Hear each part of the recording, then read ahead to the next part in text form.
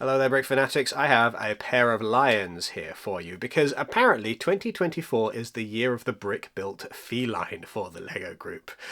We have had the brick-built lion that came in the Creator 3-in-1 Safari set. We've had the LEGO Ideas cat, and now we've got another pair of lions, Simba and Little Simba. And I gotta say, I quite like these. I'm really tempted to sing for you, but that is bad on two fronts. One, because it will make your ears bleed, and two, because the YouTube Content ID system might not be very fond of that. So I'm going to try and keep all of those thoughts to myself, and later on I will have a good old belt of I just can't wait to be king in the shower, and hopefully that will balance things out. But let's talk about lion cubs. The LEGO group has given us not one but two brick-built Simbas, and you might be thinking to yourself, that's a bit odd. Why are we doing like a LEGO for adults one and a LEGO for children one at the same time? And I have a theory. This is the manual for the LEGO for adults Simba, and if we open it up and we turn a little bit in, we get a nice double-page spread of both Simbas together.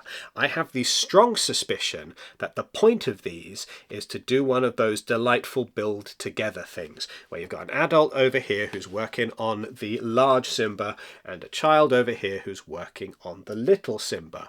And I would suspect that the plan here is for a grown-up to build this one and for a child to build this one at the same time. Does that work out very well? In my experience with building these, not really, because this one takes 40 minutes to put together and this one takes a little over 2 hours to put together. So at some point in there, a child is going to be finished with their build and an adult is going to be still working on theirs. But if you time it right, if an adult gets a head start, or if a child is willing to play with this thing for 2 hours non-stop, then you can just about make this work as a combined building experience.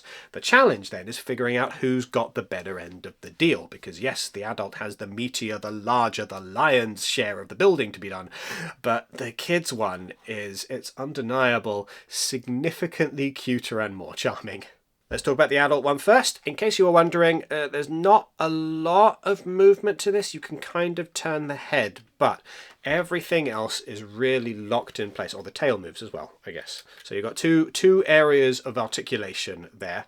So if you are posing this on a shelf, you've really got a very limited number of angles, limited number of things that you can work on. I suppose you can move some of the whiskers as well, but beyond that, this thing is really just going to stay where it is. And where I've got it here now, looking at the camera, that's pretty good because it doesn't look too creepy. But having left this thing on my desk for a minute and gone out of the room and come back to it, and it's just staring blankly, you do get the sense that you're in like a Madame Tussauds waxwork exhibit. Like it's got a glassy-eyed quality to it, just a blank, stony face. It does feel just a little bit off-putting. It's not as bad as some of these larger brick-built designs. I'm going to be comparing this thing to Chewbacca a couple of times just because that's the other big thing that I've built on this scale, and I didn't love Chewbacca particularly. Oh, go on then, Chewbacca. Oh, got to get you down to have a look at you. You're getting a bit dusty. Chewie is difficult because every time I pick him up, something else falls off him, so I don't love to touch him or move him around. And when a lot of these elements do break off, I can never figure out where to put them back again. So I've got a little collection of bricks here that have come off that are just there on the base now, awaiting the moment when I can... No, I'm never going to do it. I mean, I was going to say I'm awaiting the moment when I have time to go back and figure out what particular little bits of his design have come off, but it's never going to happen. I struggle with that one a lot, and I do think he's quite off-putting. And Simba, by comparison, does feel a lot more suited to the brick-built treatment. For one thing, his face is more cartoonish and doesn't feel quite so terrible. There's a moment in the build when you're working on the head that he does look like an animatronic that's had all of its fur peeled off, and so does feel a bit Five Nights at Freddy's. But then you get a little bit further into it, and he's not Uncanny Valley. He's cute and he's clearly very toy-like. I think he looks better as I watch this. As I'm filming, he looks better in camera than he does in real life. Something about him just suits that, whereas if I look at him in real life, I think to myself, oh, I'd love for him to have a little bit more emotion in that face. He just feels just a little bit plastic. I mean, obviously he's made of plastic, but just the face is very fixed. He's not terrible, if I'm honest. He's fine. He's a solid brick-built character. I have nothing really negative to say about him, and if it sounds like I'm being negative, it's only in comparison to the other one, which I'm going to mention in a second. I prefer this significantly over Chewbacca. He's not going to shed quite as many elements, and if elements do pop off, it's relatively easy to figure out where they need to go to put them back on. So, for example, I missed one particular just little tiny element in the build down here around his shoulder blade. Around here, around his elbow, and it was fairly simple to then figure out where I'd missed it and just pop it back in at the end of the bag when I had one spare, whereas that was We appear to be in a discotheque. I paid a lot of money for this light. Seems to have bust. I got to the end of a bag working on him and there was an element spare and I was like, oh no, where does that go? And it was relatively straightforward to figure out that I'd missed one around his elbow here. Whereas when the same thing happened with Chewbacca and I had a spare element at the end of a bag, I looked at it and thought it's not worth going back for that. And so that was, perhaps I never actually finished this one because there was always one piece left over that I just did not know where to put. This one, on the other hand, really fun, really quite simple to put together, not overly complicated, not agonizing with multiple different shades of brown and multiple different almost identical elements that needed to be slotted in there somehow.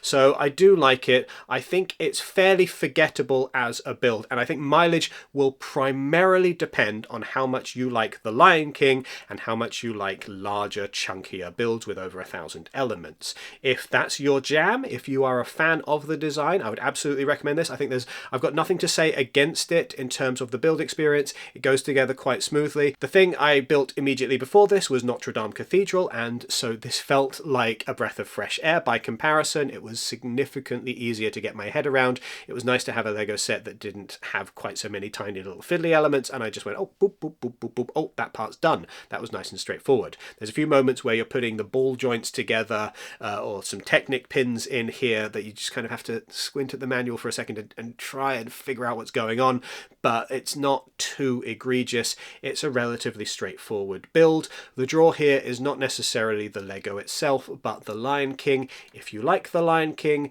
and if you like this kind of build, you will have a good time.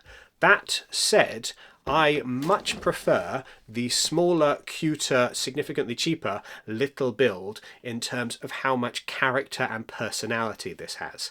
So where this thing's been sat on my desk and every now and then I've just been taken aback by, oh, there's a glassy-eyed Simba staring off at the corner of the room. With this one, it's been sat on my desk and I almost see like a little cat face inquisitively looking at me while I'm working. He's got eyes that are much better at following you around the room because they're these printed flat elements as opposed to something that's kind of styled out of bricks, and it feels just a lot more cute and a lot more personable. It's got a lot of charm to it, and the poses that it can pull off feel very feline, very cat-like, and significantly more fun and more engaging, and I do think for that reason I like this one better. The other fun thing that I enjoy about this smaller set is that it comes with a little plate of grub, which is just fun. You've got a very straightforward little snail here. You've got a lilac-coloured croissant, which is going to be like a slug of some variety. You've got a ladybird, and then you've got a sausage, which is, I don't know, something else. And whatever it is, I think it really works. I think it's a cute little addition, especially for anybody who's going to be playing with this set, so Simba can just yum, yum, yum, eat some grub. This is the one that is going to sell significantly better because that's how Lego works. The smaller builds are generally always going to be the ones that get the most sales because people can pick them up without really need to worry about them too much. This guy's going to sell to the hardcore Lion King Lego fans and not necessarily a much larger audience beyond that. So I think you'll be seeing a lot more of these around. That means that they're probably going to be available at discount at some point, and that'll definitely be worth picking up. But frankly, I like the package here a lot more. I think it's more accessible for everybody, and it's just got so much cute charm to it. I also discovered this during the build process. If I take the eyes off and put them around the wrong way, wonder how I figured that out. Yeah, if you put the eyes around the wrong way, you just get a slightly different, kind of derpier Simba experience there. He's quite funny looking. And I like that as a very simple alternative build if you want slightly off-putting Simba instead. And he's got just so much personality just in the way that his head moves and the way that you compose him in different poses. So he feels a lot more like an actual cat, like a little kitten that sat on my desk and it's just looking up at me adoringly and being like, hey, what are you up to? And it's just a wonderful companion to have sat on a desk. So even though this set is intended for younger Lego fans, I would say that of the two, this is the one I would rather have on my desk as I'm working as an adult, because he's just so cute. And yeah, sure, this one's cute as well, but in like a different way, a less tangible way, a less cute way. This being the case, if you are going to pick this one up, I would recommend getting the little one as well, just as a companion for it, whether or not you're going to be building with another person, just because it's fun to have both. And if you have to pick up one of these, but you're not quite sure which one, I like this one better. It's smaller, yes, it's not going to last as long to build, but I do think it's just absolutely delightful. There is something about this one in particular that has just won me over.